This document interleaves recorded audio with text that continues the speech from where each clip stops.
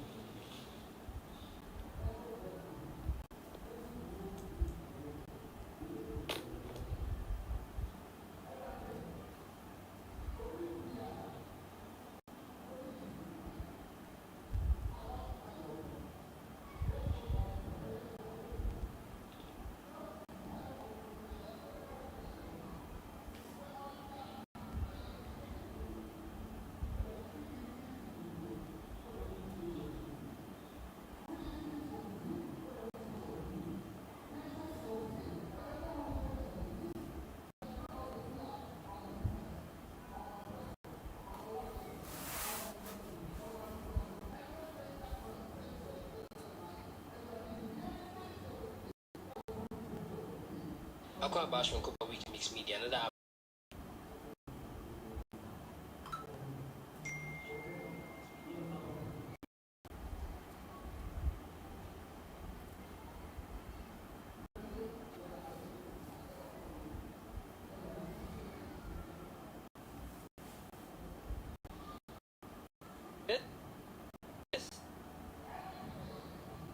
This is Virgil Abloh's greatest student.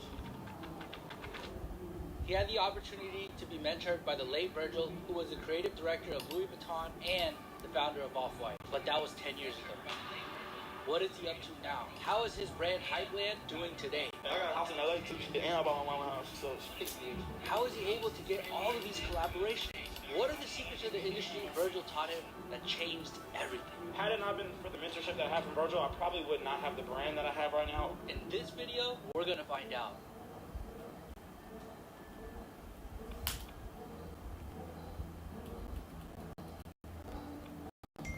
Guys, I found the swollest clothing brand owner in the world right here. Hey, honestly, Oscar clothing brand, whether you box, do Muay Thai or whatever, I got the hands for all y'all. Can you show me what's on the wrist? Nice little music edition, AP, you know what I'm saying? So that's not even the regular APC, that's like a limited. Bro, straight to the room, guys. That's how you know you penthouse living. It goes straight to the room. Nice little vibe, you know what I'm Wow. Every little kid that wants to start a clothing brand, they're fucking creaming in their pants. This is like the, what's that meme that you be seeing right now? It's like, this is the dude that won't ship your order. But we ship your stuff. Can you show us the, like a quick order? Honestly, we just moved here, sells a lot of stuff that's not really here. We just got this orange couch about a week ago. The rug that's on the floor, my uncle made him. He does a bunch of like custom like furniture and stuff like that for us. So you'll see this in the store. You'll see this in my mom's house. A bunch of different like Murakami prints. I bought all these in the Kira movie posters, like super authentic. I got this from Japan a couple years ago. I live with my little brother, so in the corner you'll see like vinyl and stuff like that. This is like his little space. All the calls dolls, the lights that you can do from in the kitchen over here. Nice little island. This is where you'd be doing the strawberry matchas, huh? Exactly. Honestly, we should make some matcha over here. Yeah. Honestly, Peep this. This is hard. bought that in China recently. $20. $20? Dead ass, yeah. Yeah, make this fine. This is my little brother's. Hey, look, I'm not an anti-bear break guy, but I'm about to be 30, bro. I'm not putting that in my crib if I didn't live with my 22-year-old brother. So just that he streams and stuff like that. He got a bunch of bear breaks. This is like half of his vibe. He's like a 22-year-old basketball player. He loves Travis Scott. So you see like the Reese's Puff cereal that I think he got in 2020. The cereal is still in the box. This is my brother's. This is where the magic goes down. Damn! Right now, sick as hell, yeah. Yeah. So here I stream, so I have like two setups. So I have like my computer setup and my like actual computer pieces like right here. What kind of clothes do you? Are these colognes? Yeah. What kind of clothes do you wear? And I don't know if I can leak the sauce. Dude, you got like 30 of these bottles. Five Christian, bro. That's the real smell right there. That's not even a good one. You want to smell good? Yeah. This is my two favorite combination right here. Oh, you mix them? Yes. These are good. If you guys want to know, get some taste. No. We gatekeeping. Like I said, we just moved in here, so I'll be kind of just in this space a bunch. Make a matcha while we do this? Honestly, I'm very much down to do that. Yeah.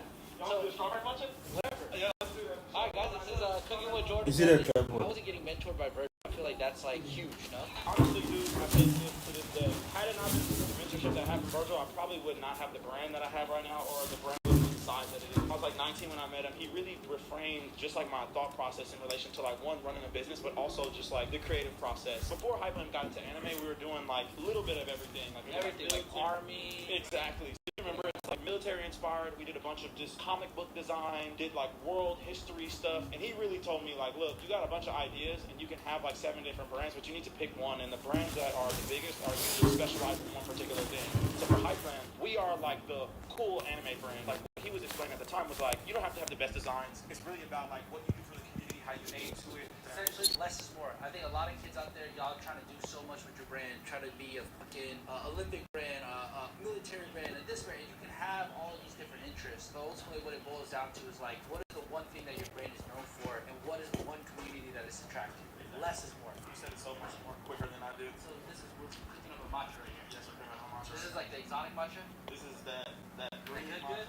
Good. Look, if your matcha's not green, like the roof, throw it in the trash. Does it have a big nose? Okay, it smells good. It smells good. And like if I'm a brand and I want to get a license with you, or I want to get a license with McDonald's, how do I go about that? You go to Licensing Expo and you pretty much like pitch your concept for like what you have to, I guess like what you want to see for the brand. I think the biggest takeaway that anybody can have since they want to go to Licensing Expo is like think about the unique position your brand has and like how you can make their brand either cooler or more relevant in a social space. You gotta think when you're working with McDonald's, no matter how many t-shirts you sell, you're not gonna move a decimal on a McDonald's like spreadsheet. They're selling millions of Big Macs every single day.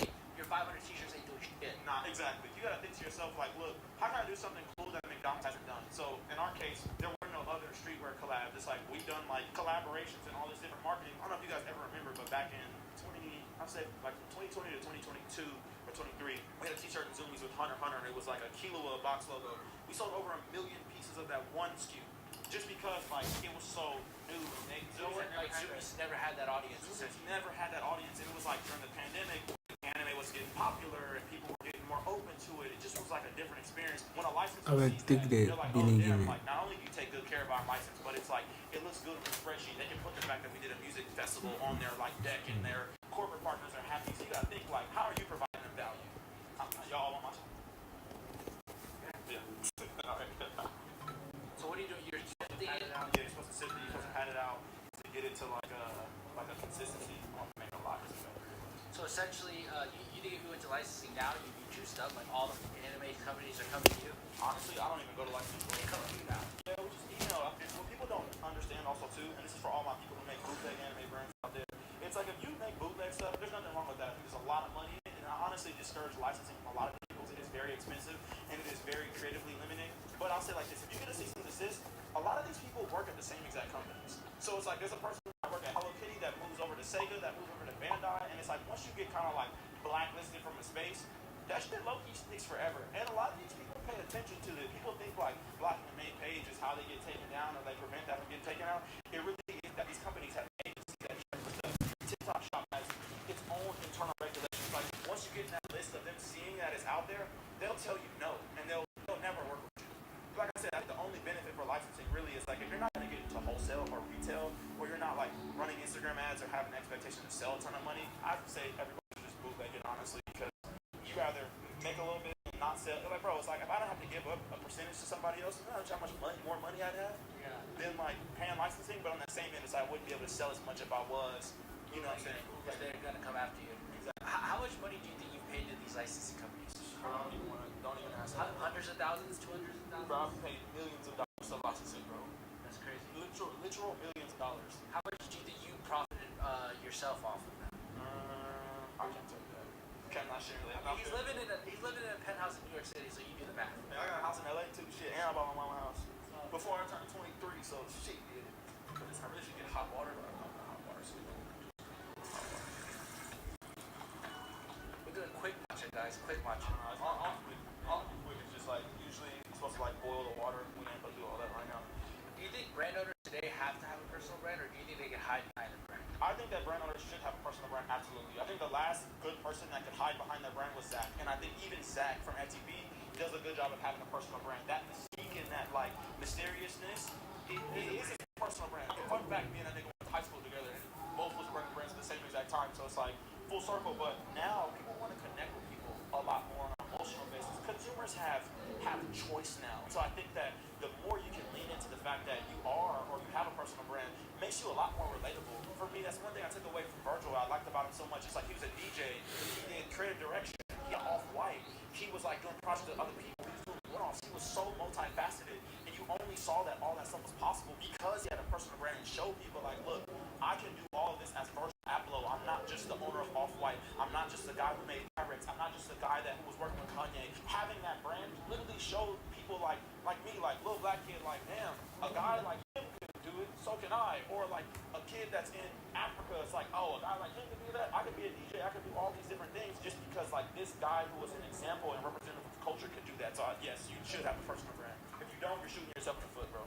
What's the next step? What do we do with this matcha now? So this matcha's like done. So what I'm about to do right now is get 4 cups. I'm gonna get some strawberries. I'm gonna muddle all of them. I really should put it on the stove and like make some simple syrup out of it, but I'm not gonna do that right now. We'll do it quick. We'll do it the quick way. Yeah. But I'm gonna muddle all this. What advice do you have for somebody to like working with factories in China? I think that if you're serious, you should absolutely 100% go out there and beat them. In any case of business, whether it's in China, whether it's in LA, it's important to make a face-to-face relationship with the people that you're working with because it's not just a business relationship, it's a relationship overall. And then two, really immerse yourself in the culture. I think one thing about China that people don't, sorry, I use maple syrup as a sweetener, just so you know, FYI, it's very good though. It reminds me of like, you ever seen Elf, the movie? Yeah. How he puts like the maple syrup in his coffee and he's like, what are you doing? But so like, I think it's definitely important for people to go and make those face-to-face relationships because one, it demonstrates how serious you are. But outside of that too, I think it's important to explore. If you are trying to work in China, the best thing I can tell anybody to do is go to Canton Fair, bro, and spend like 2 or 3 weeks leading up to Canton Fair and after Canton Fair because it's really important to go there, one, see the manufacturers, see what they got going on, but then you also in the same thing can go visit the factory, see what they do as far as work, so you can see if it's shop or not. To be honest with you, I think I hate about China too. From They're all sweatshops. No, they're not. So they're not all sweatshops at all. It's like, bro, China is so nice and so technologically advanced. I feel like the American like stereotype is that China has sweatshops, but bro, that is not true. Now there are some factories that are shitty for sure, but there are some factories that are like super nice, great brand owners. The team is like a family. You know what I'm saying? Yeah. All right, we're muddling the strawberry. Now we're gonna put the strawberry in the drinks, right? Yeah. Strawberry in the drinks first, and then we're gonna put the oat milk in there, and then we're gonna put the ice and then put the matcha on top. I feel like every clothing brand owner wants to know like what is the best blends. What is your favorite blend to use? I'll say who had my back during the pandemic for a long ass time was Demir, bro. If it wasn't for T-Style, bro, I don't think Hypen would be what it was. Like through in the Zoomies days in the pandemic, before like LA Apparel really started to have like a hold on the industry, Demir had my back through. What did he do? Like he just was so open to work with me. If I'm not mistaken, I think T-Style first had launched and it was just like he was working like Boulevard Squad and all these other places. Like some rank, we have these interviews and this fit. What I like most about him is that he really listens to his customers and like their feedback and like really tries his best to make his best product possible based on like what people are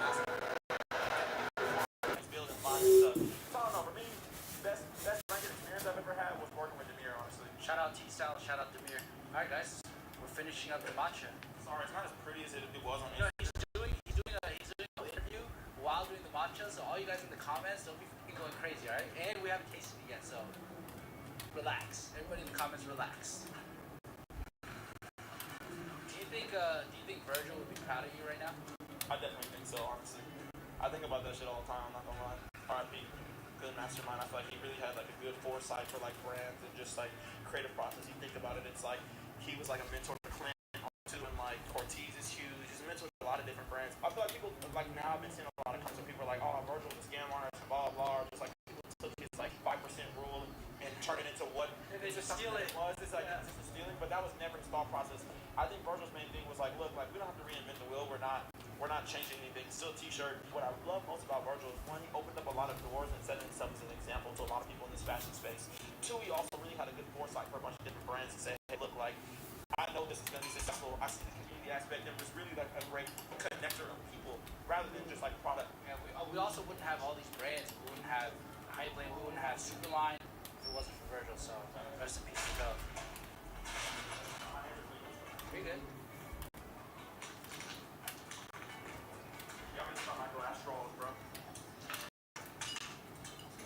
Glass straws, no plastic straws, no paper straws. Fuck the paper straws. No paper, no nothing. Look, there we go. Bing bong. Look how elegant this looks, bro. Before I sit this, last question. If there was another 18-year-old kid, right?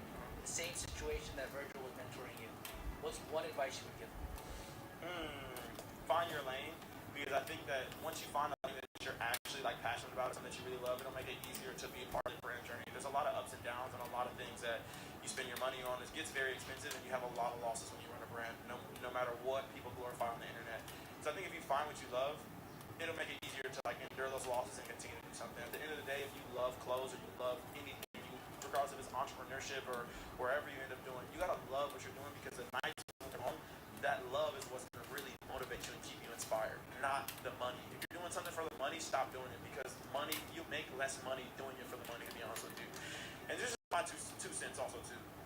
If I can say anything outside of finding your lane, is to be somewhat original, bro. I think that the state of clothing right now is so sad, bro. I think there are a lot of people who do cool things, but I think there are a lot of people who are just stealing and replicating the same shit over and over and over again. I think consumers have to do a better job of holding brands accountable and saying, we don't want this garbage shit that everybody else is doing. Back in the day when I grew up in streetwear, people had options and they would tell you on Nike Talk that shit was garbage. Now it's like, bro, if some shit is garbage, there's some kid in Kentucky that saw your shit on ads that doesn't know better, that is like, I'm gonna buy this because it looks cool, and really that shit is trash also too. But there's nobody holding it accountable. So if you're a consumer out there, bro, one, be original, but two, if you have a brand that's making some trash shit, tell them it's trash. Bro, people tell us our shit is trash sometimes. You know what? Even though I don't always listen to the naysayers and negativity, there's some truth in it, and it makes you get better and do better things, because people, regardless if they're creative or not, have some type of validity in their comments. All right, guys, I might be guilty of that. I'm gonna go home, drink this matcha, and reflect. Cheers. Hey, look, we need the taste test. It's good. Is it actually? Yeah, I don't really drink matcha, but it feels very matcha. All right, somebody in the behind the scenes who drinks matcha, tell me if it's good or not. Sam drinks matcha. It's good. I like it. It's not too sweet. That shit's good. Yeah. Here you go. This is yours too. Cheers. Cheers to the video. Behind the brand. You know what we say giving y'all? Free game. Free game.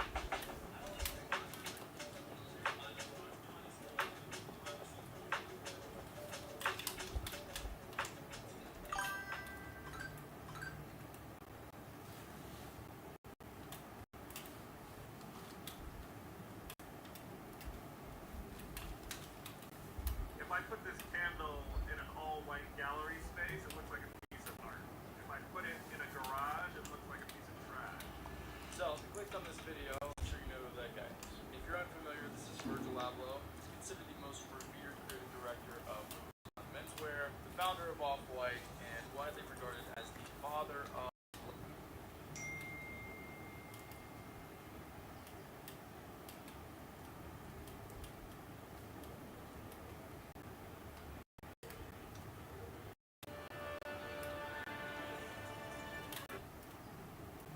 Your nominees for Best Stream Lab are and Selena Vega, Kai Cenat, and LeBron James.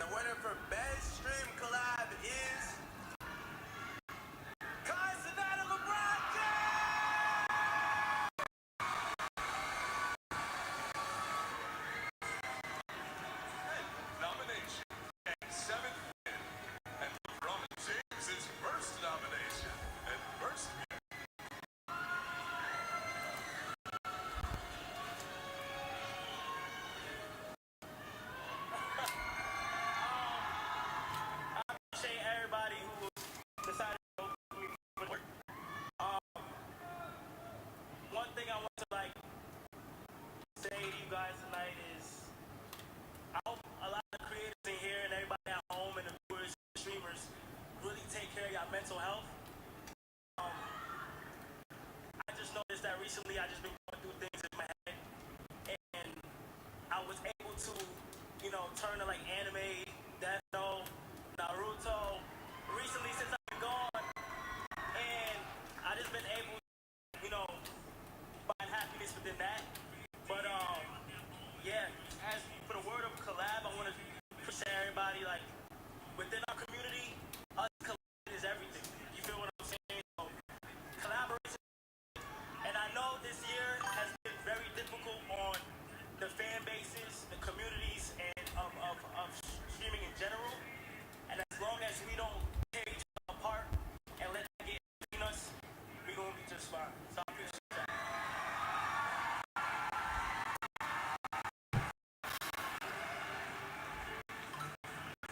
Which one? Streaming is live, if y'all didn't know, and some people decide to take it a step further and go for 24/7. That's what we call a marathon. There's been a plethora of marathons, but these are the nominees for the top 4. Amin Matu, Mix Clan, I Show Speed, Speed Does America. Kai Sinat, Mafia Bond.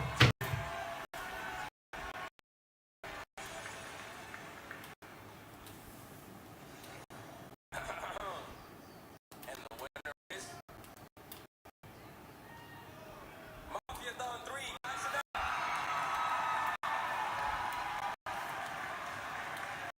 This is Kai Sinat's 11th nomination and 8th win.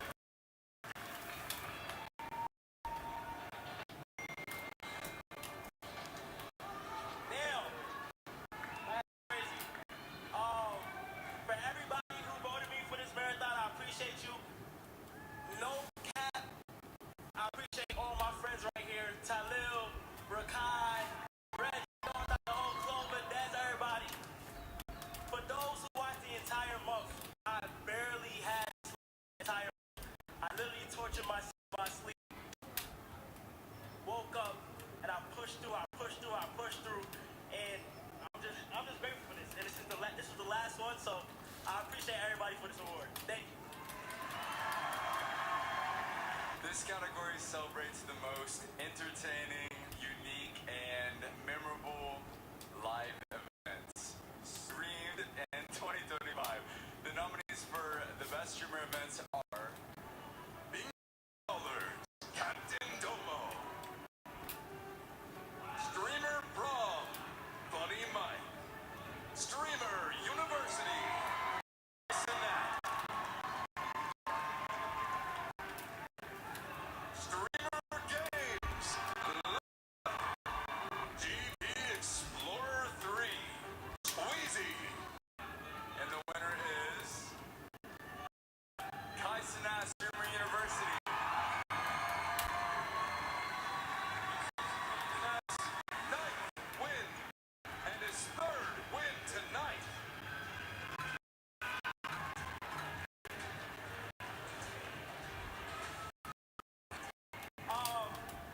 First of all, I'll go ahead and say streaming university is the reason why I'm here at this event right now. This was one of the most life-changing moments that I've ever experienced and that I've ever done out of this right here. And at first, when I just started at streaming university, a lot of people didn't understand it at first. A lot of people didn't get the vision. And I believe that the reason why it really worked was because I believed in it before anybody else did. And I noticed that us as big creators, we do a lot for everybody.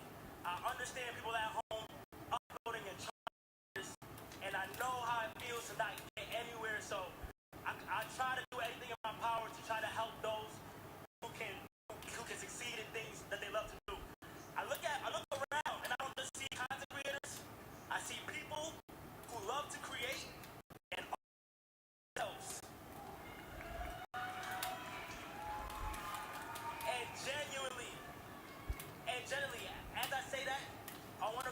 say you guys are way more than just streamers. You guys can achieve anything that you guys want. Don't limit yourself to one category. Don't be boxed into any category. I don't usually do this, but I feel like at this event right now is the right time to say the things on my mind, and that's for the past year I had dreams besides streaming to achieve and to pursue, and they're big, big dreams.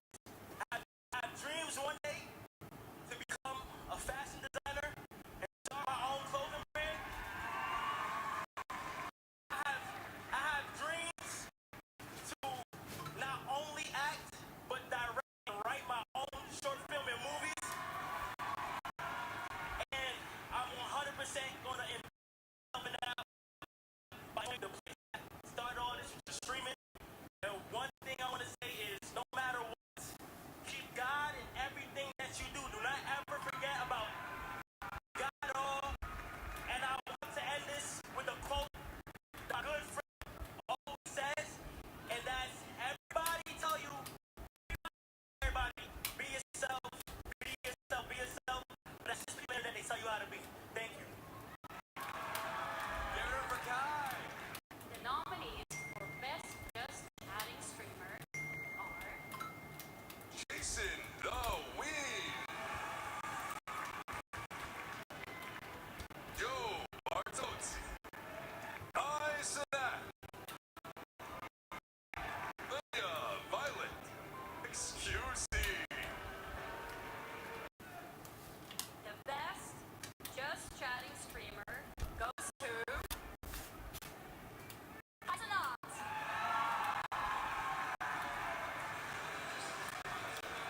Team nomination, and 10th win, his 4th win tonight.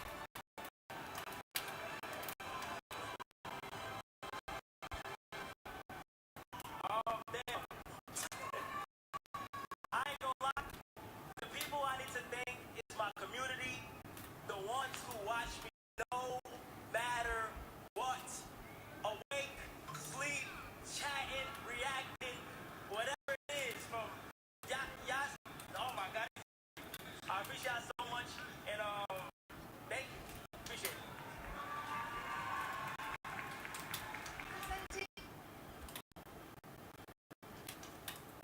Ladies and gentlemen, I am Tyson Nat. Today, the greatest players to ever touch a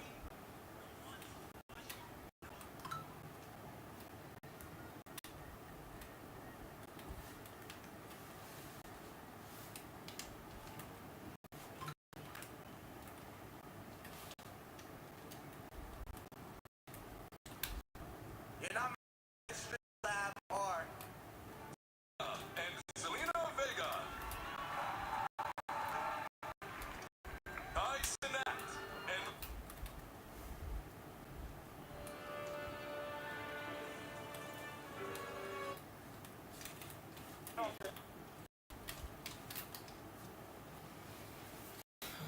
Put this candle in an all-white gallery space, it looks like a piece of art. If I put it in a garage, it looks like a piece of trash. So, clicked on this video, I'm sure you know who that guy is. If you're unfamiliar, this is Virgil Abloh, considered the most revered creative director of menswear, the founder of Off-White, and widely regarded as the father of luxury streetwear. But more importantly, he's the primary source of inspiration for anyone who's ever dreamed of owning a clothing brand. Well, at least I know it was for me. I've studied every single piece of information that he left on the internet for us before he passed, and he was one of the main reasons that I was able to go from selling t-shirts out of my bedroom to doing consistent six-figure months with my clothing brand. He made me realize you don't need a fashion degree, you don't need to be extremely genius in design, you don't need to be rich, you just need Virgil's 3 principles of developing a brand that people will obsess over. And in the next 10 minutes, I'm going to talk about the exact 3 principles I took from Virgil's playbook and applied to my own brand to bring my brand from a bedroom operation to a 6-7-figure. If I put this candle in an all-white gallery space, it looks like a piece of art. If I put it in a garage, it looks like a piece of trash. So, clicked on this video, I'm sure you know who that guy is. If you're unfamiliar with Virgil Abloh,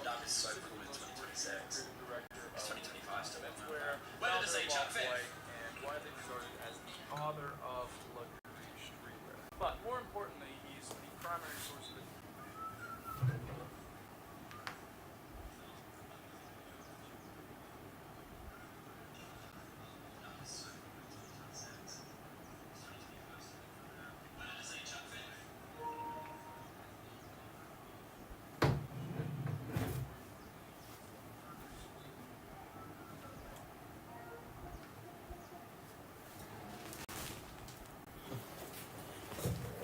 Just go off all of a sudden. They actually have new match before. The match ends before not least that they mess will be that. People get my fine.